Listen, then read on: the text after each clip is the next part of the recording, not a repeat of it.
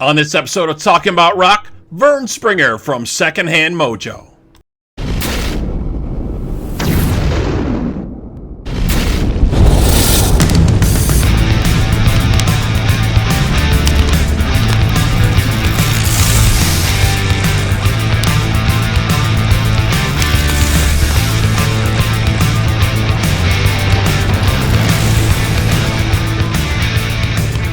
Talk About Rock, sponsored by School of Rock, North Buffalo. They're making musicians every day.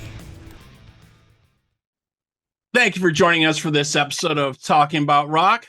Today we have a blues rock band known for its melodic guitar riffs, powerful keyboards. Second Hand Mojo, with their Good Vibes song, they have reached 1 million views on YouTube. Joining us, we have Vern Springer from Second Hand Mojo. Vern, how you doing? Good. How about yourself? Oh, very well, man. You've been playing for what, over 30 years? And yeah. And I think, yeah, and you've been described as raised on Motown and nursed on the blues, is what I was reading.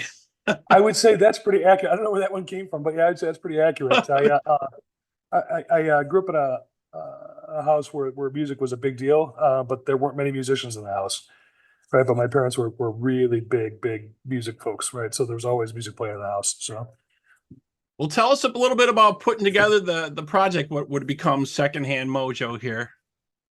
So I finished playing in a band called Day 41 with some friends that have also gone on to other things. As a matter of fact, two of those guys have played with Rare Earth now, right? And so it just it run its course, and as things go. And so when it finished, I still had music in the can that I wanted to get out there. I still felt like I could contribute. So I talked to Scott, who was the drummer from Day 41, and has been with me for, it's going on 15 years now. And I told him, I said, I think we want to continue forward. I want to keep doing something. And so we started working out, trying to find other players and whatnot, and went through a bunch of folks. And really the first one that stuck is actually Chuck. He came to us from, I want to say it's a Craigslist ad or something like that, but after the, auditioning singers and all that kind of fun stuff, he actually came in prepared, which set him apart immediately, right? So, right. And then the second part was he was creative from that first meeting, being able to phonetically sound through some of the stuff I had written that didn't have lyrics to it or melody or whatnot, and we started actually writing that very first day. And he's just a great guy. So, plus it doesn't hurt that, and he's going to be mad that he says, but he does sound a little like Bon Jovi at times. So. That's a good start if you had to. Yeah, definitely a good start. When I was reading, you guys pretty much collaborate together on all your music. It's always a joint type of effort, right? I would say that's 99% true. Yeah, right. And even if it's not where they're collaborative in the writing part, right? They have input or into their parts or whatnot. So the first group of songs, which was the first EP I had written before we actually got started, and then Chuck came in and added melody and lyrics to some of those. And then, because you have to have some place to start. And so this one here, it was a concerted effort for us to actually develop them together, which is a lot more fun. That's the point of being in a band, really, in all honesty, is to see where it goes from there. And because we're all writers and we're all fairly creative, usually at the beginning of rehearsal, something will come up, or at the end of rehearsal, something come up, go, hang on, I got an idea or whatnot. And then guys will jump in fairly quickly. And it's amazing to me how when you're in that mode, how fast some of that stuff can come together. But yeah, it's definitely a collaborative effort. Everybody's brought stuff to the table. Right, just bouncing ideas off of each other. Yeah, it always works faster in a band environment for sure. And folks are obviously really digging your Good Vibes song and video. Looks like they're having a ton of fun on that. I usually only play one track here on the show, but I think people really would dig checking this out. So tell us a little bit about what we're going to see here for Good Vibes. So we did a video before that did really well as well. I think it did 500,000, something like that. And it was just a live performance when we threw together over a 4th of July weekend. So when it came time to do this one, we were having a hard time coming up with, do we want to do a concept? Do we want to continue with like the live look or whatnot? And my cousin, it was filmed at my cousin Dave and his wife Leslie's place, that pole barn in there, it looks like that, other than the lights and the stage and stuff, all those facades and stuff are in there all the time. Right, him and his kids build. And we have a lot of family parties there and have a massive family, and we all like to get together and have fun. And they've been supportive of the band for forever. And, they all know the guys from the holiday parties and things like that. And so the idea was to get like family and friends together, like the other guys' families there, wives and and kids and whatnot, and just throw like a really big blowout family party where we film a video, everybody gets to be in it, and then we have it for perpetuity, right? You know, so it's there now. And so really that's what happened. It was so much fun. It was a lot of work. It was 3 17-hour days in a row between tear up, set the, shoot the video and then tear down. But I rented a food truck, right? You know, we had bonfires later, right? Everybody brought cocktails and stuff, and we sat around, and it was just exactly what we'd hoped it to be. It shows what we're like live, and it also was just a cool way to share it with the family. So then, to make it even more fun, when we premiered it, I rented a movie theater, and we premiered it in a movie theater so everybody could come see it on the big screen, right? So it's been a very cool thing overall. So. Oh, very, very cool. Yeah. Well, you guys looks like you had an awesome time doing that. A great party. So I'm going to take a quick break here. We're going to play the song and the video for Good Vibes, and we'll be right back here on Talking About Rock.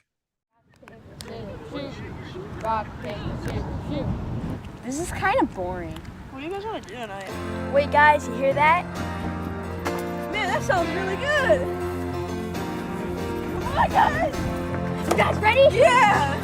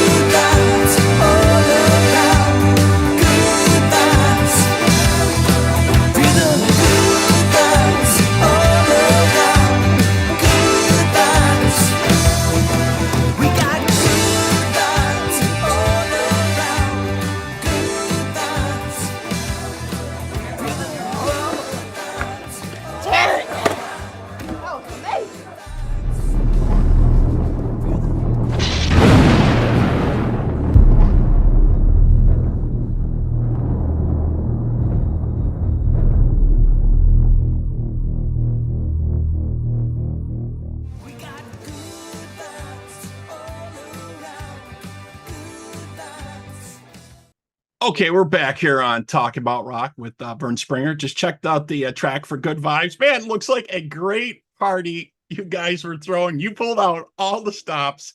it sound like for this one, man? Just amazing, you know? It was so much fun. It was just a great thing. And then, like I say, all of our wives and like a bunch of those are my cousins and nieces and nephews and whatnot. So it's just nice to get it together as like one giant family, right? And so that was a lot of fun too, because we had people come from as far away as Miller City, Ohio, you know, that went to school with Chuck. They came up for it and they come to a lot of shows and whatnot. So we had them out and it was fun to have everybody be a part of it too. I mean, that was really a special day for us. Yeah, it's just very, very cool. And at this point, you guys are working on new music. You have a new song out called Sister Surrender, which I'm reading is a story like about a mysterious woman, basically, is how it kind of came about, right? Yep. So Chuck actually brought this one in. The form was there, the style and all that fun stuff changed. This is a lot different from Good Vibes. This is a lot different, right? The cool part about being an all original band and doing the kind of stuff that we do is I don't know that we feel encumbered by any particular style. Whatever comes out of us is what comes out of us, you know, and it's fun to be able to do that. You know, we don't get pigeonholed necessarily, right? You know, we're enough under the radar where, you know, people kind of let us do our thing because it'll sound vaguely familiar like almost everything else we do, right? Because you can hear our influences without a doubt. But this is a fun one to play. Actually, this is for me live, this is one of my favorite ones, right? This is just it's a fun solo to play. Right. And I just like the vibe of it. I like the fact that it's got it's a story. There's an arc in there. Right. You know, and I don't know if you know, but pretty much most of our stuff, right. Sorry about that. Pretty much most of our stuff has a positive message to it, or, you know, we try and stay away from the really too dark tones. This one has a little bit of a dark spell to it, but in the end, you know, there's redemption at the end. And I think that's kind of cool too. So. Yeah, because the other stuff is like more your basic influences that you had, like jazz, funk, rhythm and blues, and this is more of like a classic 70s type of vibe to it a little bit. I got from that, right?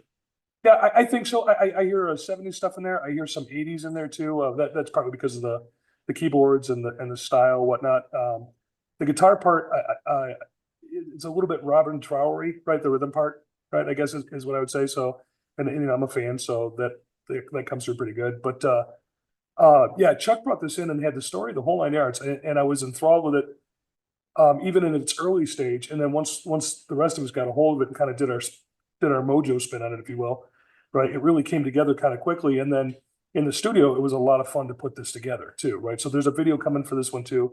It's not done yet. It's an animated video, so it takes a little more time to get these done. So. Oh yeah, very cool. Yeah, we just have the audio track for it, so we'll just play that. We'll check out the song here for Sister Surrender. And we'll be right back here on Talking About Rock.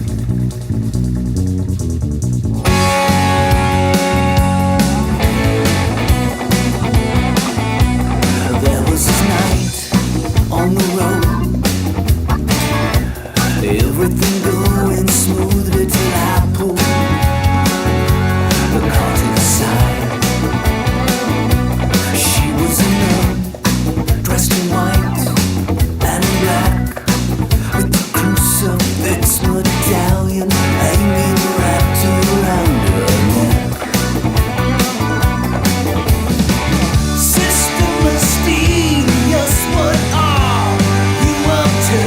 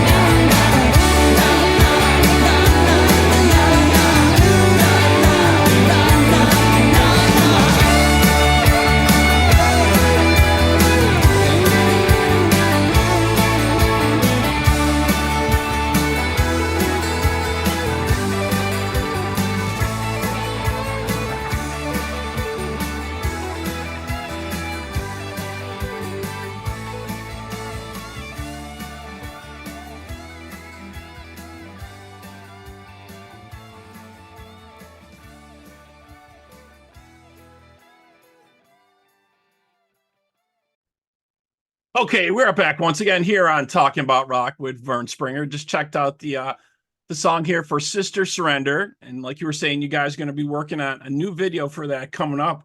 But you're also got another thing that's going on. I think you guys have started your own beer line. Is that what I'm hearing here?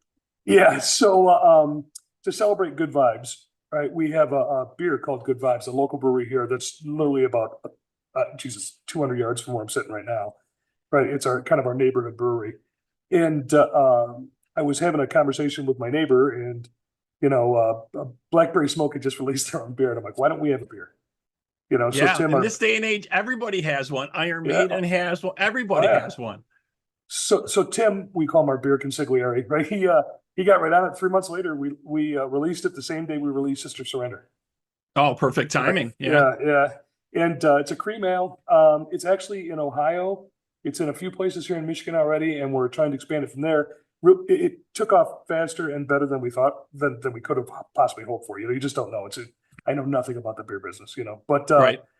It's a cream ale, so it's good for everybody. It is a craft beer, but it's not exclusive. I mean, if you like Bud Light or if you like any like what's the Michelob one, Michelob Ultra or something like that, this will be good for you too, right? So we found that men and women dig it. Right? They sold through the first run already, and the second run just got tapped last Thursday. And so we're in a couple of hotels here, and it's just a bunch of stuff. So we're having fun with it. It's another way to advertise the band, in all honesty. So. Oh yeah, definitely a very, very, very cool idea. So besides the songs we listen to here, you guys, I imagine you're working on new material, coming up with some new stuff pretty soon, or? We still have stuff in the can, and we're constantly writing and working through stuff. Right. We're trying to figure out schedule wise when we're finished releasing this one, because I think the next one will be released with the balance of the previous recordings. Right. So that there's one more video I think we're going to do, and then we'll release the whole thing to the folks and go from there. That way we can kind of, at a certain point, you have to step away from that to move to the next thing. It's just easier to clear your head and go that route. We've been fortunate that we've been busy.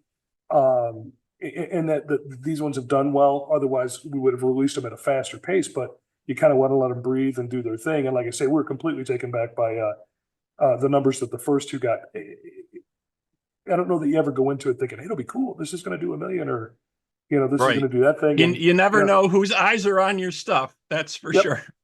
And it's funny because some of the stuff in the past, because you do Google ads or a little bit of promo work here and there.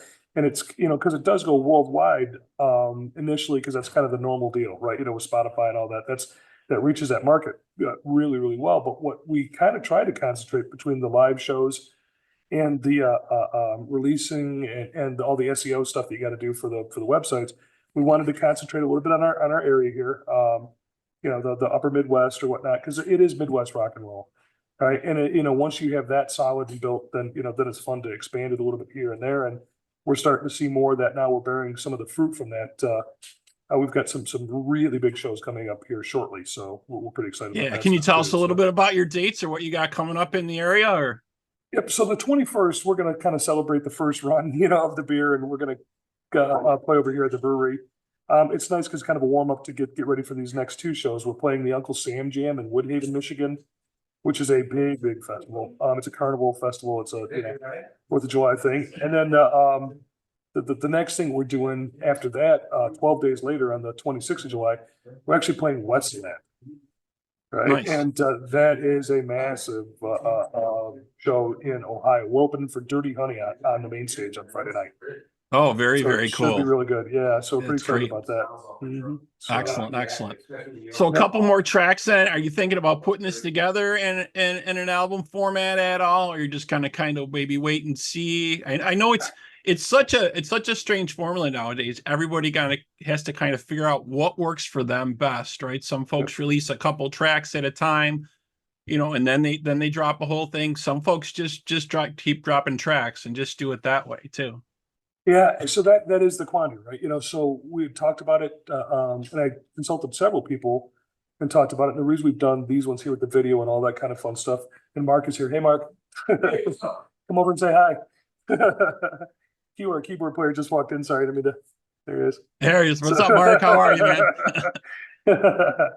So we talked to a bunch of different people because it is a whole new business model these days, and navigating that is a bit of a thing. Right. But Definitely.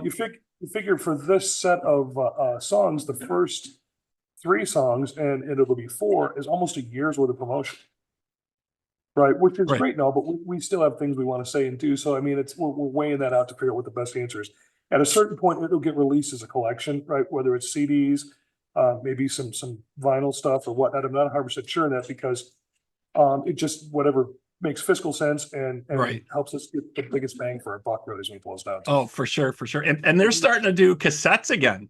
Bands are starting to release stuff on cassette. I mentioned this crazy, like a year ago because someone was asking me, they're like, do you think we're going to start seeing all the different formats? I'm like, you're going to see cassettes at some point. You're going to, and boom, they're starting to come out. When they get to 8 tracks, I'll be happy. Right? Oh, I had a ton of those back in the day. A ton of those. They weren't very sturdy, unfortunately, but yeah, that but was it's a good great. representation, right? Because it's essentially the 1/4-inch tape, right, that they use to master it. So Yeah.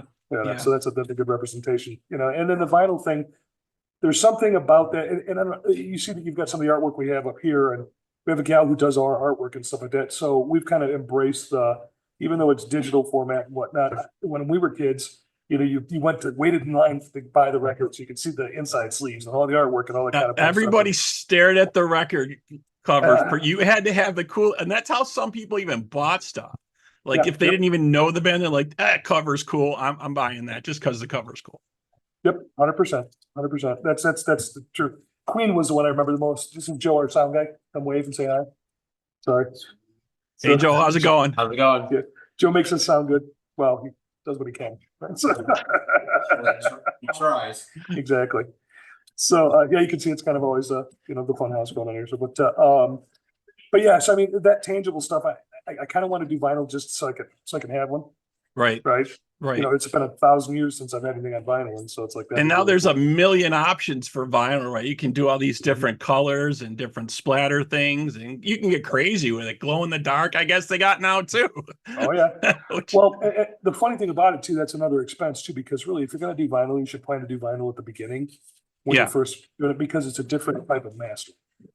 Right, you know, so it's one of those things. So we'd have to go and have them mastered again to do the vinyl format and all that. So, you know, it just comes down to if that makes sense for us. But at a certain point, if it's not this one, I think the next one will definitely have vinyl of some sort, just for us to have, you know, because, you know, half of it is the experience of it all anyways, right? You know, right. So there's no money in it, you know, so. Right, yeah, I mean, yeah, a lot of folks, they're like, you know, if you're not going to sell like 1,000, you know, vinyls, it might not be worth it. Some folks think, you know, but in that case, just to make up the cost of it, that's really what you got to do, right? Yeah. You know, so. Yeah, most of the bands, I think they're just really concentrating more on merch nowadays and try to do that. And then I hear all these conversations now where the venues want to take part of their merch all the time, and it's like seriously, it's hard enough for musicians to make a buck doing anything, right? You got to play live to make anything. You're not making anything on these Spotify streaming services that these guys are making billions of dollars that can't play a note that run these services, right? Yep. But anyway, now they want to take some of your merch. Yeah, that's funny. You're gonna have me sound like the "get off my lawn" guy, you know? I don't get off my lawn, because that's where this leads. But no, I don't know that we'd ever play any place that wants to take part of the merch, right? If you want to help pay for it, then yeah, you can share the profits. But you know, I'm just hearing that on some places. When I heard that, I was just like, that kind of ridiculous, guys. You know, come on, enough's enough. But and this business has always been predatory, anyways, right? You know, it's for the people at the top of it, right, to make the buck. That's not new news. It's just the new and creative ways they go to screw the guys out of stuff is just what's really amazing. So yeah, very true. Very true. Yep, so. Well, we definitely look forward for new music coming from you guys. Very, very cool stuff. And we'll keep an eye out for that new animated video for Sister Surrender. That should be very, very cool. And your date's coming up. If folks want to know more about you, should they check you out online or on social media? Where should they go? Yep. So if you want to hear us, all you have to do is tell your phone, play Second Hand Mojo, and you know, it'll come up. As far as our website, it's secondhandmojo.com, right? It's got the tour dates and stuff are typically up to date in there.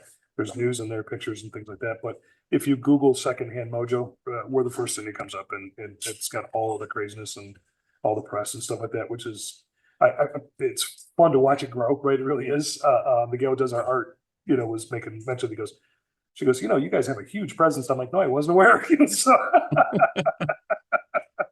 Yep. so it's kind of excellent. We're on Facebook, TikTok, all that fun stuff. So, you know, they can find us anywhere they look for their entertainment. So.